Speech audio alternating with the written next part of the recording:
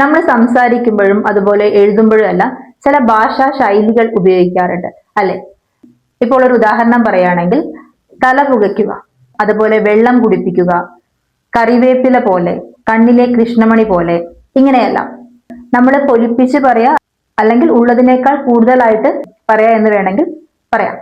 എന്നാൽ ഇത്തരം പ്രയോഗങ്ങളിലെ ഓരോ വേർഡിന്റെയും അർത്ഥം നോക്കി നമ്മൾ ആ ഒരു ടോട്ടൽ സെന്റൻസിന്റെ അർത്ഥം നോക്കിയാൽ ശരിയാവില്ല.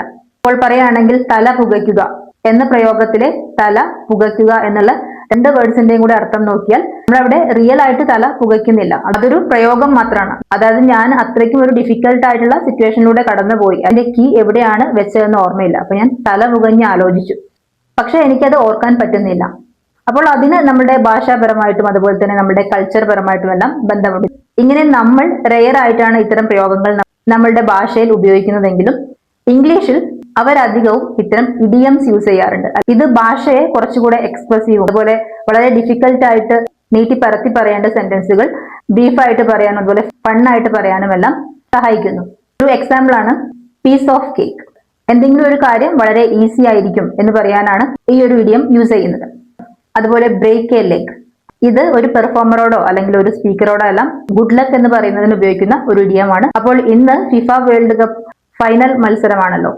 അർജന്റീനയും സ്പെയിനുമാണ് ഫൈനൽ മത്സരത്തിലുള്ളത്. അപ്പോൾ ഇന്നത്തെ വീഡിയോയിൽ പറയാൻ പോകുന്നത് ഫുട്ബോളുമായി ബന്ധപ്പെട്ട ചില ഇഡിയംസ് ആണ്. ഫസ്റ്റ് ഇഡിയം ആണ് ഓൺ ദ ബോൾ. ഒരു ഗെയിമിൽ കളിക്കുന്ന വ്യക്തി വളരെ അലേർട്ടും അതുപോലെ തന്നെ അവെയറുമായിരിക്കുക അവരുടെ ചുറ്റുപാടുമായിട്ട്, അതായത് എതിർ ടീമിന്റെ നീക്കങ്ങൾ, അതുപോലെ വളരെ അലേർട്ട് ആയിരിക്കുക നെക്സ്റ്റ് മൂവ്മെന്റിന് വേണ്ടിയിട്ട്, വളരെയായിട്ട് റിയാക്ട് ചെയ്യുന്നതിന് വേണ്ടിയിട്ട് അല്ലെങ്കിൽ ഒരു ആക്ഷൻ എടുക്കുന്നതിന് വേണ്ടിയിട്ട് വളരെയധികം അലേർട്ട് അല്ലെങ്കിൽ അവെയർ ആയിരിക്കുക. അടുത്തതാണ് ഗെയിം ചേഞ്ചർ. ഗെയിം ചേഞ്ചർ എന്നതുകൊണ്ട് ഉദ്ദേശിക്കുന്നത് ഒരു ഇവന്റ് അല്ലെങ്കിൽ ഒരു ഐഡിയ അല്ലെങ്കിൽ ഒരു വ്യക്തി, ഒരു കാര്യത്തിന്റെ അതുവരെ ഉണ്ടായിരുന്ന നെഗറ്റീവ് ഇമ്പാക്ട് ആ ഒരു വ്യക്തി വരുന്നതോടുകൂടി അല്ലെങ്കിൽ അങ്ങനെ ഒരു ഐഡിയ തെരഞ്ഞെടുത്തതിലൂടെ പോസിറ്റീവ്ലി ആ ഒരു കാര്യത്തിന് ചേഞ്ച് സംഭവിക്കുന്നതിനെയാണ് ഗെയിം ചേഞ്ചർ എന്നതുകൊണ്ട് ഉദ്ദേശിക്കുന്നത്.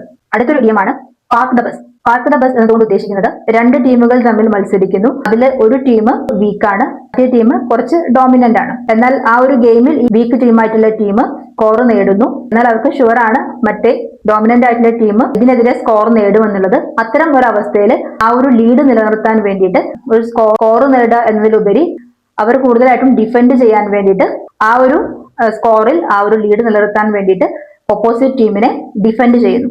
അപ്പോൾ ഈ ഇഡിയംസ് എല്ലാം ഫുട്ബോളിൽ മാത്രമല്ല ഉപയോഗിക്കാൻ പറ്റുന്നത്, നമ്മുടെ ഡെയിലി ലൈഫിലും അതുപോലെ ഓഫീസ് എൻവയോൺമെന്റിലും ഇവിടെ വേണമെങ്കിലും ഇതേ ഒരു സിറ്റുവേഷൻ വരുമ്പോൾ നമുക്ക് ഇഡിയംസ് യൂസ് ചെയ്യാം. അതാണ് ഇഡിയംസിന്റെ ഒരു പ്രത്യേകത.